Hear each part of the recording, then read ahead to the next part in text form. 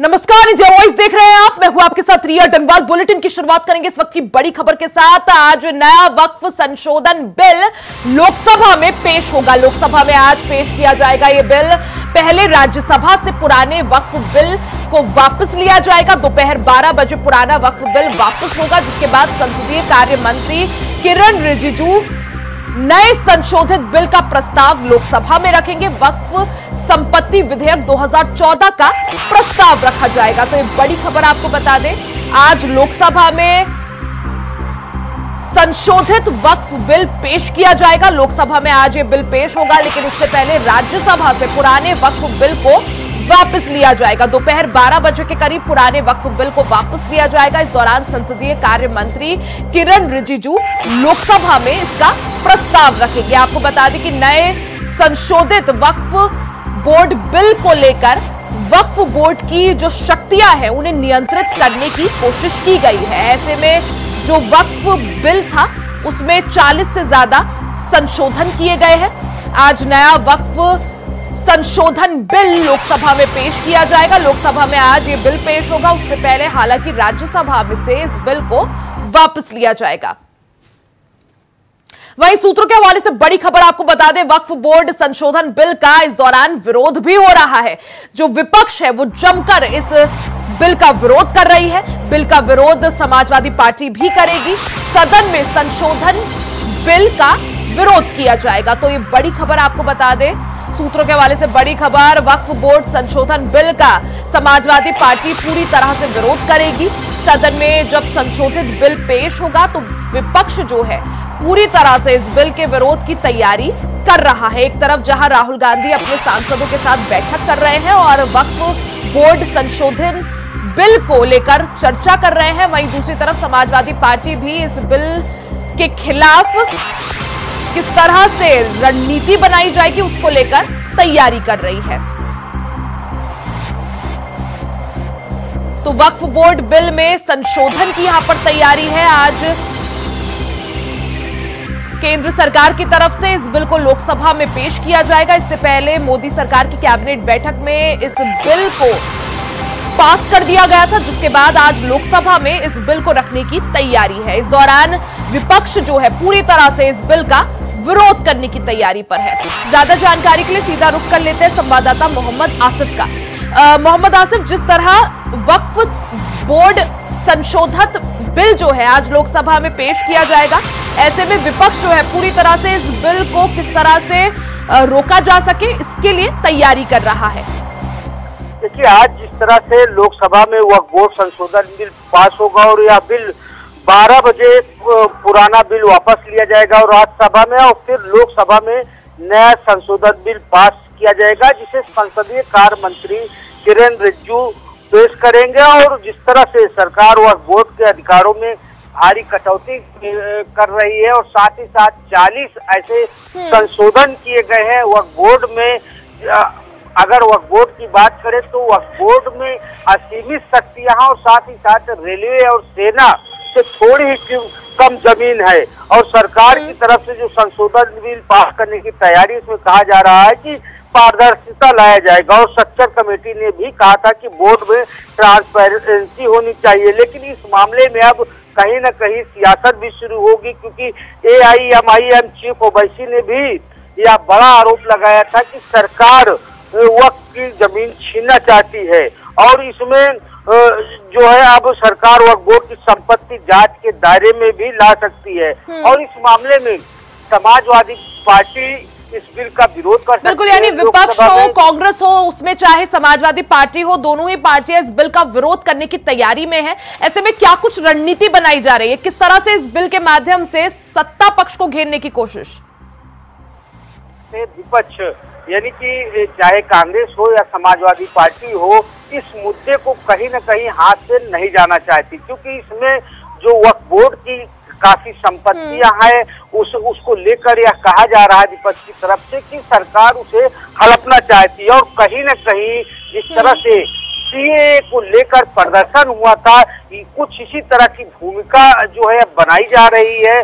और सरकार को घेरने के लिए जिस तरह से विपक्ष अभी से ही आक्रामक हो गया है और सूत्रों का अभी कहना है कि समाजवादी पार्टी प्रमुख अखिलेश यादव ने इस बिल का विरोध करने के लिए पूरी रणनीति बना ली है और संसद में जब यह बिल पेश किया जाएगा तो इसका भारी विरोध किया जा सकता है और हंगामेदार आज संसद भवन में जो बिल पास होगा इस बीच हंगामा भी हो सकता है। वहीं कांग्रेस ने भी पूरी तैयारी कर रखी है। कहने का मतलब यह है कि जो जितने भी विपक्षी दल है इस बिल का विरोध कर सकते हैं, हंगामा कर सकते हैं और कहीं न कहीं यह दिखाने की कोशिश की जा रही है कि वह सभी दल जो विरोध करेंगे इस संशोधन बिल का वो कहीं न कहीं मुस्लिमों के हितैषी है और मुस्लिमों के साथ अन्याय हो रहा है या अन्याय नहीं हो। बिल्कुल, यानी पूरी तरह से आज लोकसभा का जो सत्र होने वाला है वो पूरे हंगामे के आसार, क्योंकि समाजवादी पार्टी हो या फिर कांग्रेस हो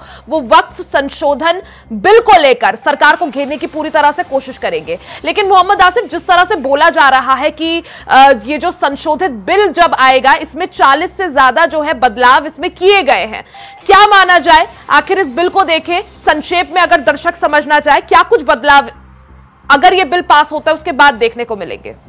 देखिए रिया, जिस तरह से संसद में बिल पास होगा या कहा जा रहा है कि देश में करीब 30 वक्फ बोर्ड हैं जिनकी 8 लाख एकड़ से ज्यादा संपत्ति है और रेलवे और सेना के बाद वक्फ पास इतनी बड़ी जमीन है। तो कहीं न कहीं सरकार जो है इन वक्फ की जमीनों को अपने कब्जे में लेकर जो है सरकारी काम में इसको इस्तेमाल करना चाहती है और इस बिल में जो 40 संशोधन है या नया बिल है इसमें जो है इसमें कई तरह के बदलाव किए जा रहे हैं। जो अकूत संपत्ति है उसको लेकर सरकार फैसला ले लेगी इस बिल के पास होने के बाद और साथ ही साथ संशोधन से बोर्ड के पास जो वक्फ बोर्ड के पास जो जमीन है अधिग्रहण का असीमित अधिकार मिलेगा और साथ ही साथ वक्फ बोर्ड में सरकार यह भी कह रही है। बिल्कुल, यानी यही वजह कि आज लोकसभा की कार्रवाई जो है पूरी तरह से हंगामेदार होने वाली है। जिस तरह से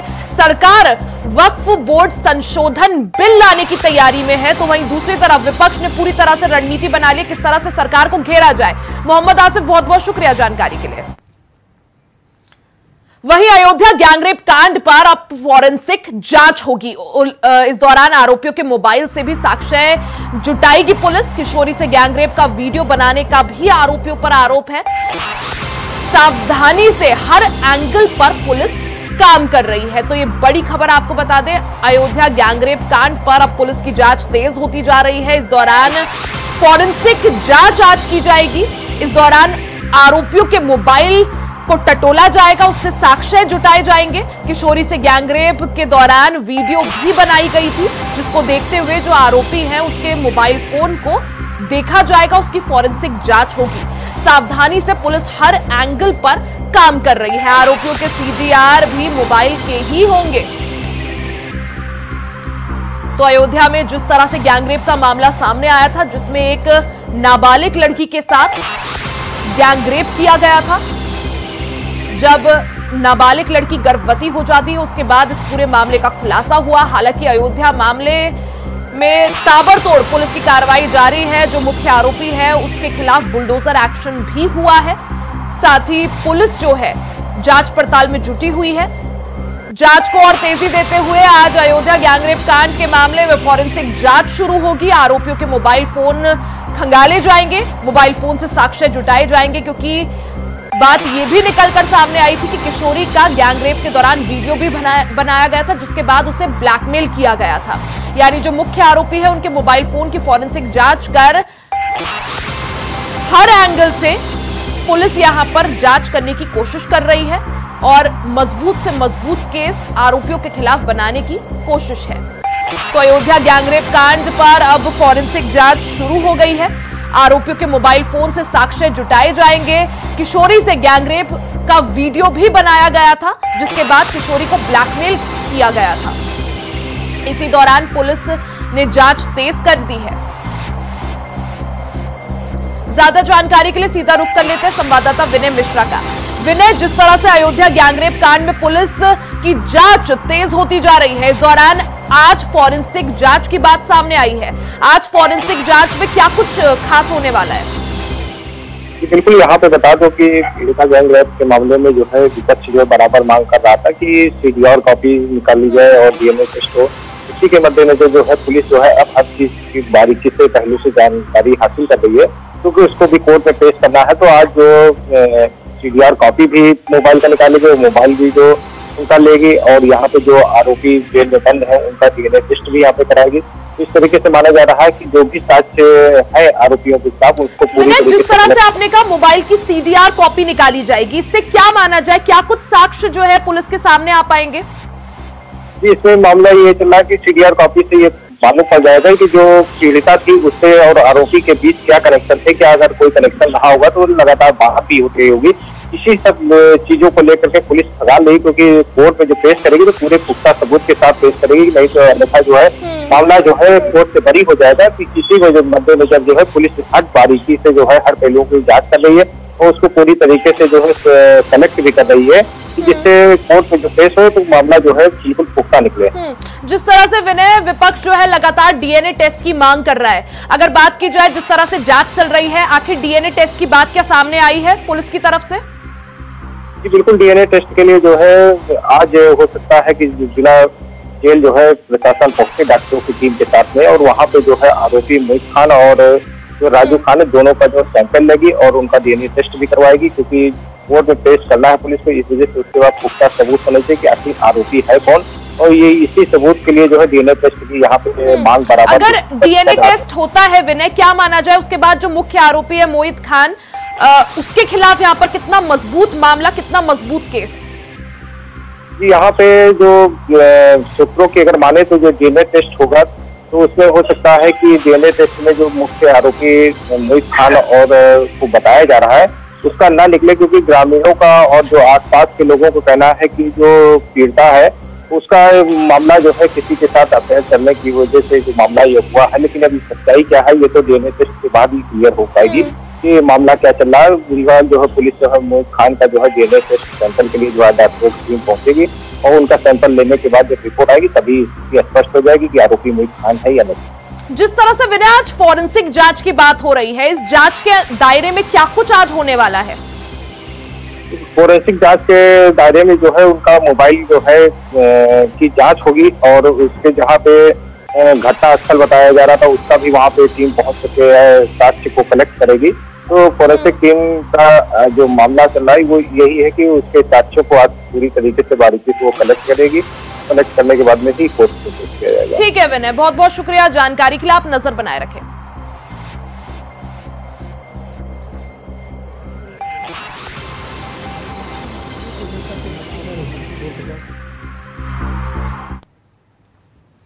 वहीं इस दौरान विनेश फोगाट ने सिल्वर मेडल के लिए दावा ठोक दिया है। विनेश फोगाट ने कोर्ट ऑफ आर्बिट्रेशन में यह अपील की है। सुबह 11:30 बजे विनेश की अपील पर सुनवाई होगी।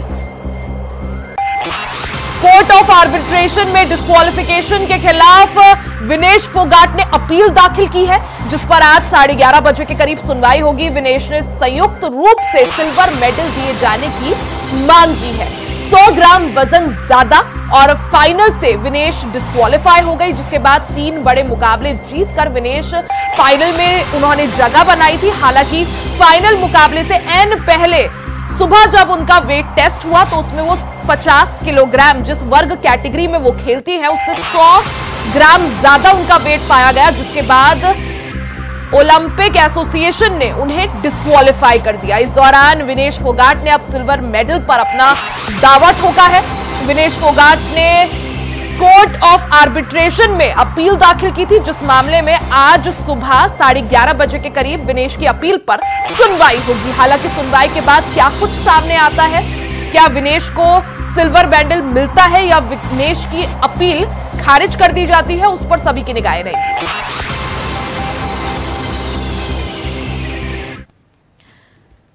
वहीं इस दौरान विनेश फोगाट ने कुश्ती को भी अलविदा कह दिया है। मां के नाम विनेश फोगाट ने इमोशनल पोस्ट किया। कुश्ती जीती लेकिन मैं हार गई, ऐसा विनेश फोगाट ने लिखा। आपका सपना, मेरी हिम्मत सब टूट चुके हैं। तो ये बड़ी खबर आप देख सकते हैं किस तरह से ओलंपिक्स के फाइनल में पहुंचने के बाद विनेश फोगाट जब 100 ग्राम ज्यादा वजन की वजह से डिस्क्वालीफाई हो गई। उसके बाद विनेश फोगाट ने कुश्ती को अलविदा कह दिया। इस दौरान विनेश फोगाट ने मां के नाम इमोशनल पोस्ट भी लिखा। विनेश फोगाट ने लिखा कि कुश्ती जीत गई लेकिन मैं हार गई, आपका सपना, मेरी हिम्मत सब टूट चुके हैं। आपको बता दें कि इससे पहले जब रियो ओलंपिक्स हुआ था तब विनेश चोटिल हो गई थी।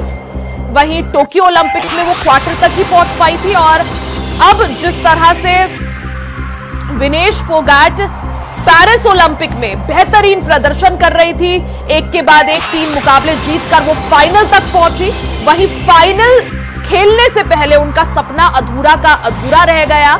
इस दौरान विनेश 100 ग्राम ज्यादा वजन के बाद जब उनका वेट हुआ तो 100 ग्राम ज्यादा वजन की वजह से विनेश डिस्क्वालीफाई हो जाती है, जिसके बाद विनेश फोगाट ने कुश्ती को अलविदा कह दिया।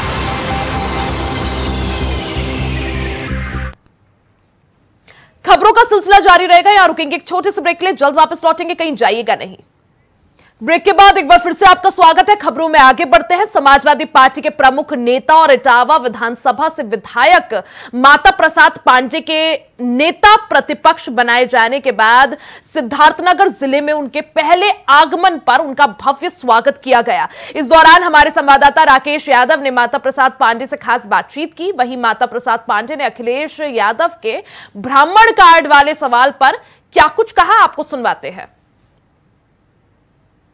बच्ची माता प्रसाद पांडे भी मौजूद है, उससे खास बातचीत करेंगे।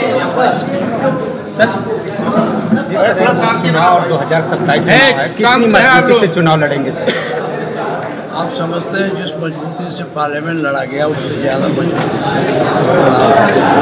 दूसरा सवाल सर, अयोध्या मामले में जो गैंग रेप को लेके आपकी पार्टी को बीजेपी घेर रही है, उसको लेके क्या? देखिए, बीजेपी तो घेरेगी ही, कहेगी, लेकिन इस पर हमारे राष्ट्रीय अध्यक्ष का दृष्टिकोण आ गया, उससे अलग। जो ब्राह्मण कार्ड खेला गया उसको लेके क्या रहेंगे? कौन ब्राह्मण कास्ट है? बीजेपी का। देखिए, ऐसा है, हम लोग राजनीतिक आदमी हैं और समाजवादी विचारधारा के रहे। समाजवादी पार्टी सबको साथ लेके चलती है, चाहे ब्राह्मण हो, चाहे पिछड़ा हो, चाहे दलित हो, चाहे अल्पसंख्यक हो। तो इसमें कोई ब्राह्मण कार्ड नहीं खेला गया। अब हमको बना दिया गया तो इसमें ब्राह्मण कार्ड खेला गया। सवाल जात को लेकर जो सियासत हो रही है, देखिए, इस देश में जात सबसे बड़ी समस्या है। इस देश से हजारों वर्षों से जातीय व्यवस्था है, जिसके नाते दुनिया के देश हमसे बहुत पीछे थे। आज वो इस व्यवस्था को कमजोर करके आगे बढ़ गए। जात का यह है कि विकास जो है कुछ ही लोगों तक सीमित है। जातीय जनगणना हो जाएगी तो उससे पता चल जाएगा कौन जात कितना पिछड़ा है, उसी हिसाब से बजट का एलोकेशन होगा और सबको सब विकास करने का मौका मिलेगा। बस ये थे हमारे साथ खास बातचीत करने के लिए नेता प्रतिपक्ष माता प्रसाद पांडे, जो कि 2 बार से विधानसभा अध्यक्ष, सिद्धार्थनगर से राकेश यादव के लिए। उत्तर प्रदेश के अयोध्या के रुदौली कोतवाली क्षेत्र में एक नाबालिग स्कूली छात्रा के साथ छेड़छाड़ का मामला सामने आया है। पीड़िता के परिजनों की शिकायत पर पुलिस ने छेड़छाड़ की जगह मारपीट में रिपोर्ट दर्ज कर मामले को रफा दफा करने में जुटी है। दरअसल स्कूल से घर वापस लौटते समय गैर संप्रदाय के एक युवक ने छात्रा से छेड़छाड़ करने का प्रयास किया। छात्रा के चिल्लाने पर युवक भाग गया। छात्रा ने घर आकर पूरी घटना अपनी मां को बताई। छात्रा के जो माता पिता है उन्होंने थाने में पहुंचकर रिपोर्ट दर्ज कराने की तहरीर दी। पुलिस को इस दौरान तहरीर दी गई, लेकिन पुलिस ने मनमाने ढंग से तहरीर लेकर मारपीट में रिपोर्ट दर्ज कर दी। वहीं कोतवाली प्रभारी ने बताया कि तहरीर के मुताबिक रिपोर्ट दर्ज कर लिया गया है और आरोपी को जेल भेज दिया गया है। तो मुख्यमंत्री योगी आदित्यनाथ का निर्देश है कि जो बच्ची हैं, बालिकाएं हैं, सशक्तिकरण पे भाषण देते हैं कि बेटियां पूरी तरीके से सुरक्षित हैं। लेकिन वही बात की जाए रुदौली नगर की, तो यहाँ पे जो बच्ची के साथ दिन दहाड़े जो छेड़खानी की गई है, तो यहाँ महिला, उनसे हम बात करते हैं, क्या मामला हुआ है बच्ची के साथ? हमारी बिटिया स्कूल से आ रही थी और वो 1:10 में एक बंदा आया, उसका छाती दबा के और भाग गया और उल्टी सीधी गाली भी दिया वहां पे। और छोटी बिटिया मेरी चिल्ला रही थी। उधर से एक आदमी, उसको लगा कि कोई आ रहा है, उसकी साइकिल गिर गई, चप्पल गिर गई, तब वो छोड़ के भगा। हम यहाँ पे 3-4 दिन से प्रशासन से बात कर रहे हैं, लेकिन प्रशासन यहाँ सारा ढीला पड़ा। हम कैसे मान ले कि बेटियां सुरक्षित हैं यहाँ पे? पुलिस क्या कही? पुलिस कह रही है हम उसको जेल भेज रहे हैं। ठीक है, अभी हमसे बात हुई, बोले अभी भेजे, अभी तक वो जेल नहीं गया है। कितने दिन हो गए? शनिवार को 1:10 की घटना है ये। और क्या बोलते हैं कि जो है उसको बताया जा रहा है कि मिर्गी आ रही है। हमें तो उस दिन हम 1 घंटे यहाँ बैठे रहे, उसको तब मिर्गी क्यों नहीं आई? बच्चा मेरा इतना हदंग है, दोनों बच्चे हैं, एक 8 साल की बेटी है, एक 13 साल की बेटी है। बताइए हम लोग सुरक्षित हैं या नहीं हैं इस कानून में? ये मुख्यमंत्री कह रहे हैं कि महिलाओं और बच्चों पे जो है सशक्तिकरण के लिए कानून बहुत सख्त है। हमें तो नहीं लग रहा है कानून बहुत सख्त है। कानून सख्त होता उसको सजा क्यों नहीं मिल रही? हम कह रहे हैं उसको सजा दी जाए, हम उसको ऐसे नहीं छोड़ेंगे। कितने दिन से पुलिस यहाँ बैठाई? उसको बैठाइए सोमवार को 4-5 बजे उसको लेके आया गया है। अभी तक वो प्रशासन इतना ढीला है कि वो जेल क्यों नहीं गया। हम कल गए, मुकदमा वहां दायर किए फैजाबाद में, तब भी प्रशासन अभी कुछ नहीं कर रहा है यहाँ पे। हम माननीय जी से यही निवेदन है कि हमको इंसाफ मिलना चाहिए बस। और बच्चे आते हैं, वो पहले चले आए थे और वो पीछे उस दिन क्या बोलते हैं कुछ स्कूल में एक्टिविटी होती है, वो थोड़ा लेट आई। 10 बच्चे होंगे, आगे चले आए, उसके 5 मिनट बाद वो पीछे, वो साइकिल, बच्चे मेरे बता रहे हैं वो साइकिल लेके वहीं खड़ा था। मेरा घर वहीं पे है, अगर उसको हम अपने कैमरे में ना कैच करते तो ये लोग बिल्कुल कुछ ना करते। ये हाल है कि सबूत होने के बावजूद कार्रवाई नहीं हो रही है। जब यहाँ पे कहा जा रहा है कि हम माननीय श्री मोदी जी के पास जाएंगे, तब जाके थोड़ा थोड़ा कार्रवाई सुनी जा रही है। बच्ची के साथ दिन दहाड़े छेड़खानी हुई, जबकि मुख्यमंत्री जो है एंटी स्क्वाड भी बनाए हुए हैं, लेकिन वो स्क्वाड बना हुआ केवल नाम मात्र का रह गया है। और रुदौली में दिन दहाड़े जो है नाबालिग बच्चे के साथ स्कूल जाते घर लौटते समय जो है छेड़खानी हो जाती है। पुलिस 3 दिन तक की आरोपी को थाने में बैठाए रहती है, अभी तक की जेल भी नहीं भेजी है। अब ये देखने वाला होगा ये कार्रवाई कब होती है। सहयोगी रमेश पांडे के साथ विनय मिश्रा, इंडिया वॉइस, अयोध्या। इसी के साथ उस बुलेटिन में फिलहाल के लिए सिर्फ इतना ही। खबरों का सिलसिला जारी रहेगा, बने रहे इंडिया वॉइस के साथ।